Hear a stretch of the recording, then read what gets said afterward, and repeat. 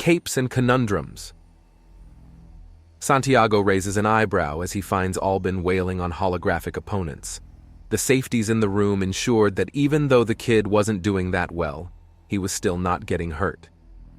He has one real piece of advice. Follow through. What? Albin asks. He had set the room to send out endless waves of literally faceless opponents at him so he could feel like something other than weak. But he's not very good. He may have given a good fight when he could rely almost entirely on his yao-ya cloaking abilities.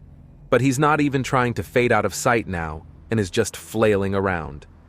If you want your opponent to feel it, then don't swing like you just want to hit them. Swing like you want to smash through. Don't aim to hit the opponent. Aim to cave them in, Santiago says, and Albin tries before shaking his hand. It's not doing much better. That's because you're just using your arm. Turn in with the punch, put your whole body behind it, and it'll be felt, Santiago says, throwing a punch, as an example. The next shot rocks back the faceless opponent and sends it staggering, rather than just having the head snap back and return like a mocking speed bag. See? Follow through in full body. Thankfully, you've already got a good idea how to make a proper fist. Thumb on the outside. Santiago says, punching one of the targets so hard it crashed into another 3, hard enough to take them all out. So, wanna talk? Every time I talk with someone about my problems, the more of a problem it becomes, Albin replies, as he slams a hard fist into the gut of another opponent, and it starts to fade away. There are only about 2 more opponents left in this wave, and Santiago's smash to the top of one's head has enough force to crush a man's spine, let alone the somewhat weaker hologram. Meanwhile, Albin has grabbed the last hologram by the shoulders and was slamming his knee into its crotch over and over again. He pants and stands up before pulling Axiom into himself to rejuvenate. Santiago doesn't try to engage in conversation again. According to Dr. Malaise, who has a connection to his earpiece, the kid needs to reach out first, and is more likely to do so to a positive male role model. Something he fits in as a strong, independent man, who also has strong family values and frankly nothing but positive interactions with the young man. 3 waves pass, with Albin getting faster and stronger with each push as he figures out more from fighting with Santiago there to provide an example. He goes from flailing to respectable crosses and hooks with the occasional jab mixed in as well. A bit of example from Santiago and he starts taking up a boxing stance, and things just start falling into place. At the end of the 4th wave, Santiago sees his exhaustion and pauses the simulation to allow Albin a break. The boy collapses to the ground, panting and trying to regulate his body temperature a bit better. A bit of a task, considering his lack of sweat glands. Feel a bit better? Santiago asks. Feel like I'm boiling myself alive, Albin says as his tongue lolls out a bit. In a good way or a bad way? How can it feel good to be boiled alive? Albin demands. Bad way then. Got it, Santiago says. Just take it easy and let the heat die down then. Already happening, Albin says as he sighs in relief. The axiom flow around him is mildly interesting, but of no real concern.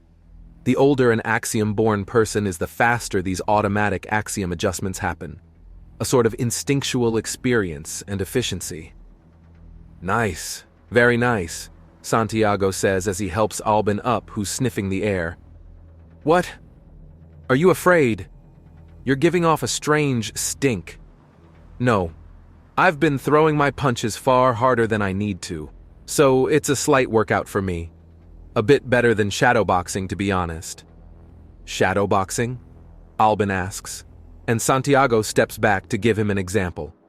You work on your speed and form like this. You use a bag to push your force and toughen up your hands too, Santiago explains, and Albin chuckles. That's a bit different from how Bane fights. He teases, and Santiago pauses mid-box before chuckling. True enough, there are many unarmed fighting styles. Bane is a poor example of one, relying more on brute strength and endurance than skill. But he's a luchador, a grappler. I've been trained in the lucha style, and I prefer it. So, I'm the default option for playing a bad lucha and… Santiago explains, before finishing off by blowing a raspberry in annoyance, and Albin chuckles at that. Don't like doing a bad job? I defy you to find me one person that likes doing a bad job of things. Plenty of people do things halfway, Albin dismisses. Yes, but they're succeeding in that they want to avoid work and be lazy. Name one person who wants to work and is satisfied doing it badly. Santiago rephrases his challenge. My parents did a bad job with me and they're absolutely miserable about it and hate themselves for it. Santiago interrupts that train of thought even before Dr. Malaise can tell him to. He doesn't care if he's lying or not. He hates that very mindset. What? Albin asks. Keep going, you're right, please keep going. Malaise tells him through his earpiece. Do you think your parents like that they've hurt you? They may have made mistakes, but they never wanted you hurt, Santiago says before shrugging. They coddled and smothered you. Not good, but they never laid an angry hand on you and… Have they ever even shouted at you? No, not really. Then it could have been worse. But, look, I'm not either of your parents. But you're going to be caught up in endless what could have beens or what ifs if you don't speak with them. I understand the hesitation, but well, I am personally an undaunted. I see something hard to do as something that's worth doing all the more. Because it's hard? Because by doing hard things, you become a stronger person. You become better, not because you do something easy, but because you do something hard.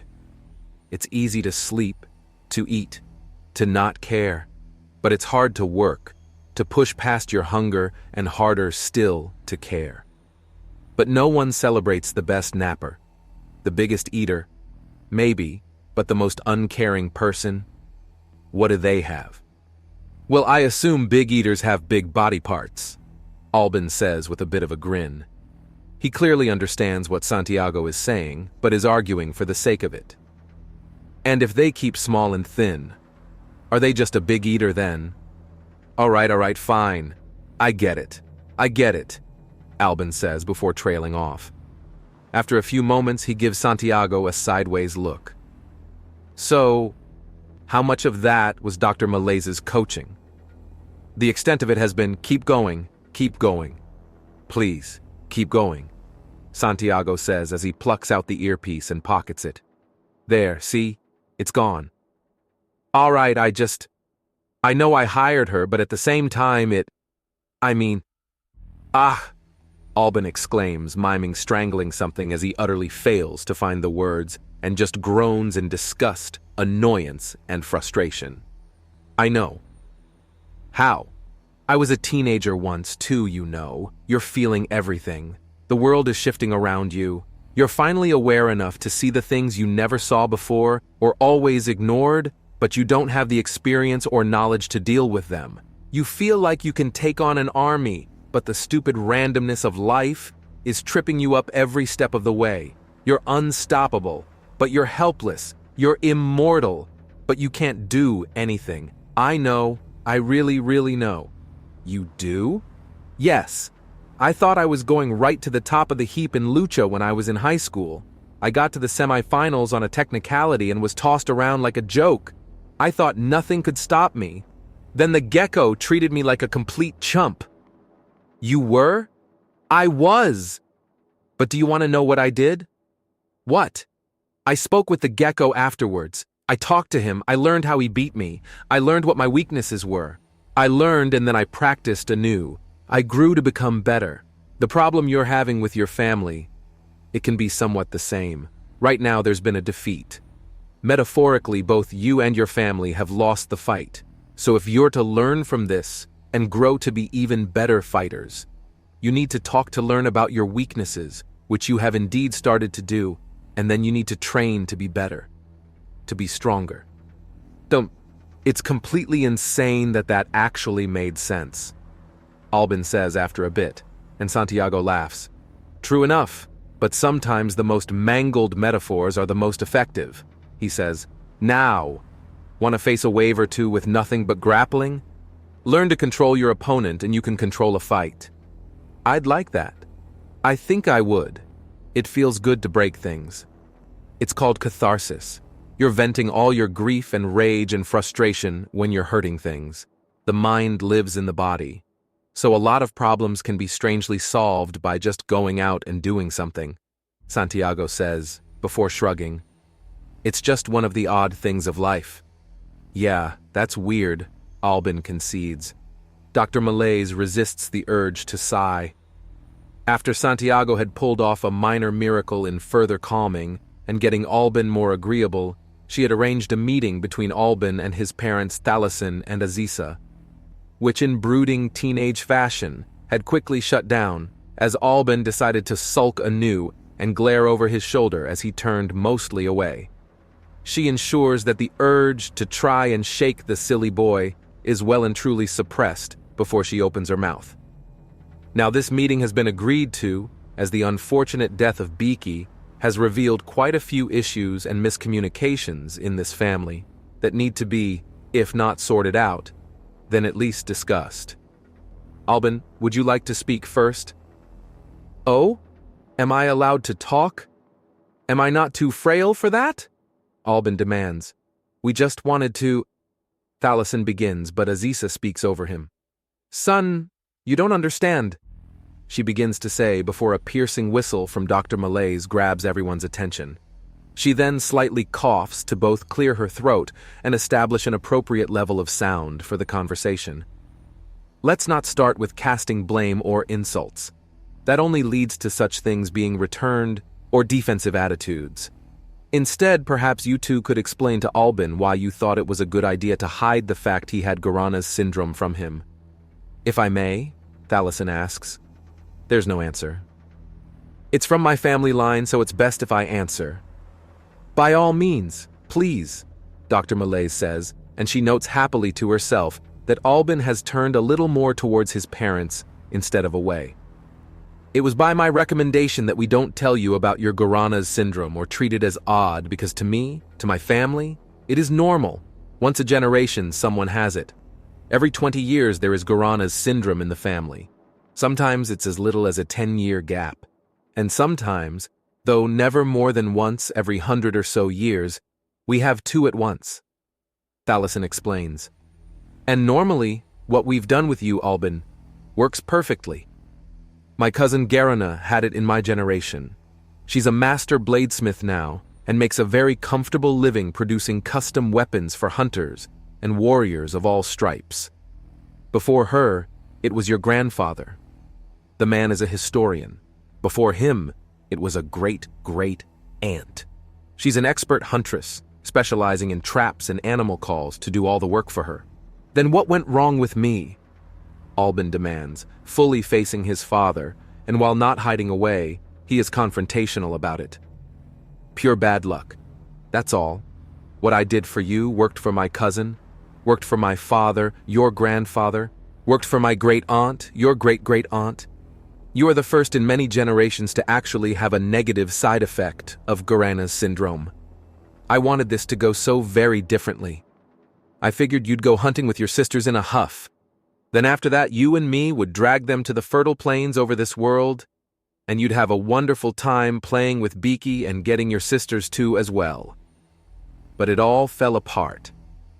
Thalassen explains, before taking a deep breath and swallowing a bit to re-wet his throat. Where did it go wrong? I don't know. Was it your sisters pushing too hard or being too inattentive? Was it Beaky choosing to be difficult at the exact wrong moment? My choice of destination? You choosing the exact wrong time to dig in your heels? I don't know. Maybe all of them.